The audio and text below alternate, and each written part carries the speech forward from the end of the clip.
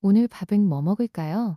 이 질문에 바로 대답하지 못하는 사람이 있어요. 아무거나 괜찮아. 너 먹고 싶은 거 먹자. 난 다 좋아. 근데 사실 먹고 싶은 게 있어요. 분명히 있거든요. 오늘은 좀 칼칼한 게 당기는데 어제 상대방이 매운 거 힘들다고 했던 게 생각나고 그럼 또 자동으로 아무거나가 나와요. 그리고 막상 상대방이 고른 음식을 먹으면서 혼자 속으로 살짝 서운해요. 왜 나는 항상 이럴까? 그런데 이게 그냥 음식 얘기가 아니에요. 음식에서 아무거나를 하는 사람은 인생에서도 아무거나를 합니다. 하고 싶은 말 있어도 그냥 괜찮아. 싫은 게 있어도 뭐 어쩌겠어. 화가 나도 내가 좀 참지. 혹시 이 이야기 남의 이야기 같지 않죠? 오늘 저는 이걸 뭐라고 부를지 먼저 얘기하고 싶어요. 심리학에서는 이걸 과잉수능 패턴이라고 부릅니다. 하지만 저는 오늘 그냥 이렇게 부르겠습니다. 착한 사람 병. 병이라고 부르는 게 좀 세게 들릴 수도 있어요. 하지만 들어보세요. 이 패턴을 가진 사람들에게는 세 가지 공통점이 있습니다. 첫 번째, 부탁을 들어주고 나서 혼자 분노합니다. 겉으로는 웃었어요. 속으로는 욕을 했어요. 그리고 그 욕을 한 자신을 또 자책합니다. 내가 왜 이렇게 속이 좁지? 원래 좀 도와줘야 하는 거 아닌가?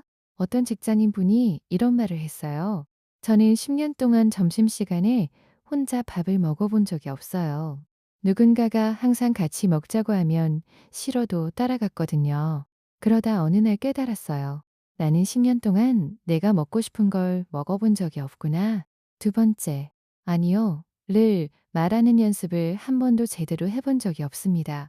이게 단순히 용기의 문제가 아니에요. 거절을 하려고 입을 여는 순간 몸이 먼저 반응해요. 심장이 빨리 뛰고 손이 살짝 떨리고 머릿속에서 시뮬레이션이 돌아갑니다.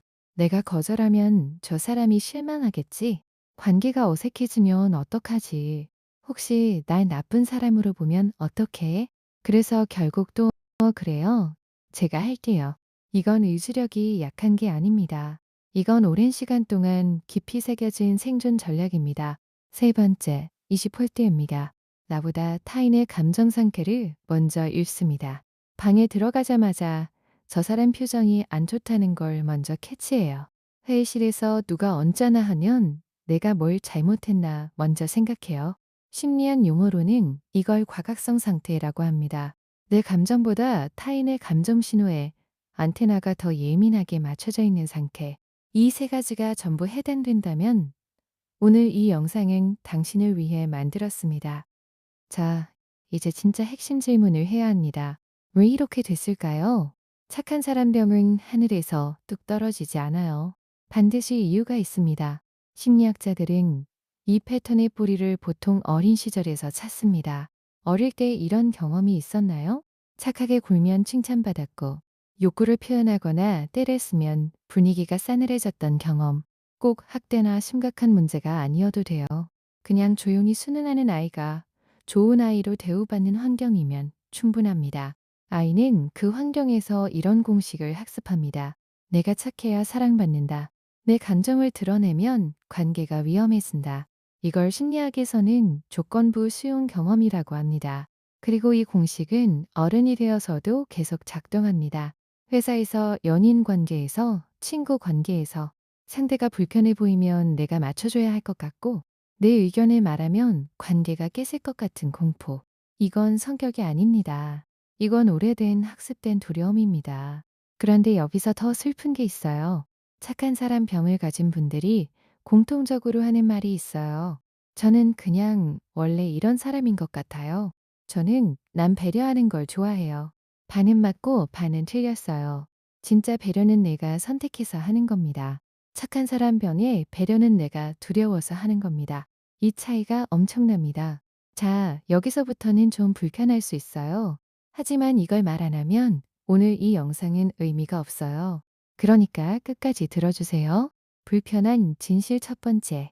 당신이 착한 게 아니라 착한 척을 하고 있는 겁니다. 세게 들리죠? 하지만 이게 진실이에요. 진짜 착한 사람은 아니오를 말할 수 있어요. 진짜 배려하는 사람은 자기 한계를 알고 그 선을 지킵니다.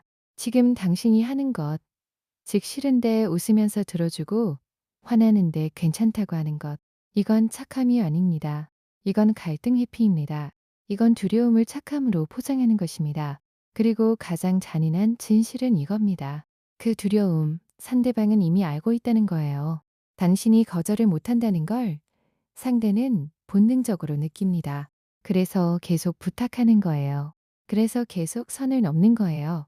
당신이 착하기 때문이 아니라 당신이 안전하기 때문에. 불편한 진실 두 번째. 호구는 한 번에 만들어지지 않습니다. 처음에 사람들은 당신의 착함을 좋아해요. 그런데 시간이 지나면서 이게 당연해집니다. 한 번 도와준 게 두 번이 되고, 두 번이 10번이 되고, 어느 순간 거절하면 당신이 이상한 사람이 되어 있어요. 왜 갑자기 이래? 원래 잘해줬잖아.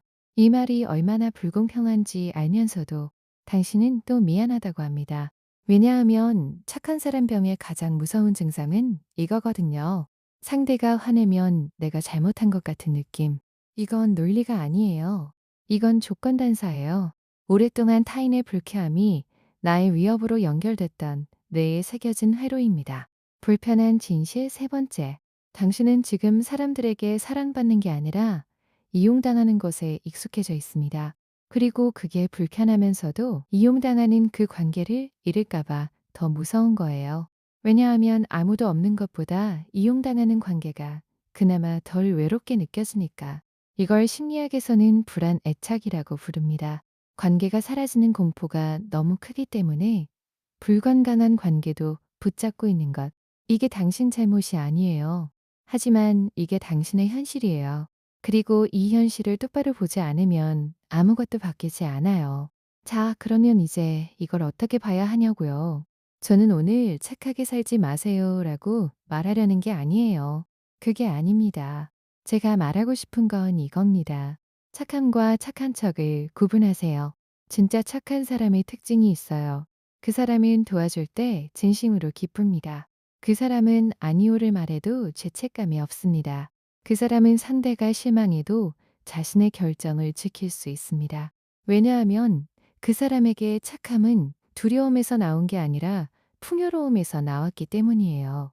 나 자신이 충분히 채워져 있기 때문에 줄 수 있는 것. 그리고 여기서 가장 중요한 말을 할게요. 당신이 아니오를 말한다고 해서 나쁜 사람이 되는 게 아닙니다. 당신이 자기 시간을 지킨다고 해서 이기적인 사람이 되는 게 아닙니다.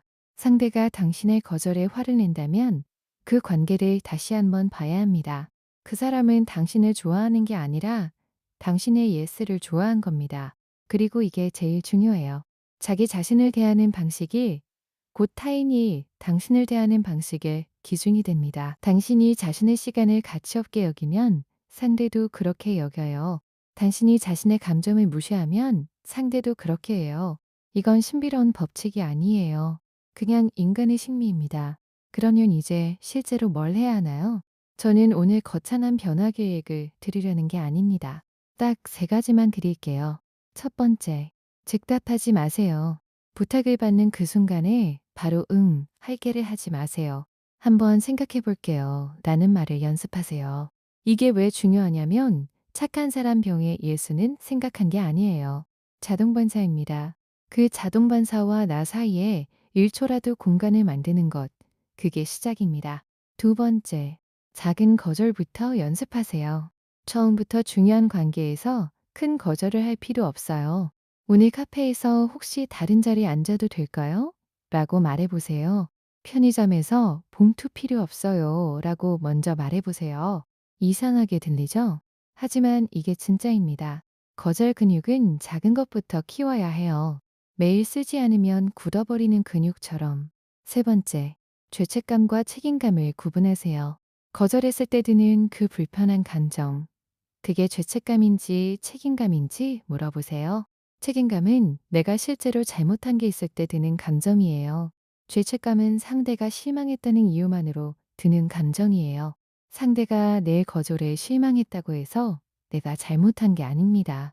그 둘을 구분하는 연습 오늘부터 해보세요. 마지막으로 한마디만 할게요. 당신은 착해서 호구가 된 게 아닙니다. 당신은 사랑받고 싶었는데 그 방법을 착함밖에 몰랐던 것입니다. 그건 당신의 결함이 아닙니다. 그건 당신이 살아남기 위해 선택한 방식이었습니다. 하지만 이제는 알았으니까. 이제는 다른 방법도 있다는 걸. 당신이 아니오라고 말할 때도 당신은 충분히 사랑받을 자격이 있는 사람입니다.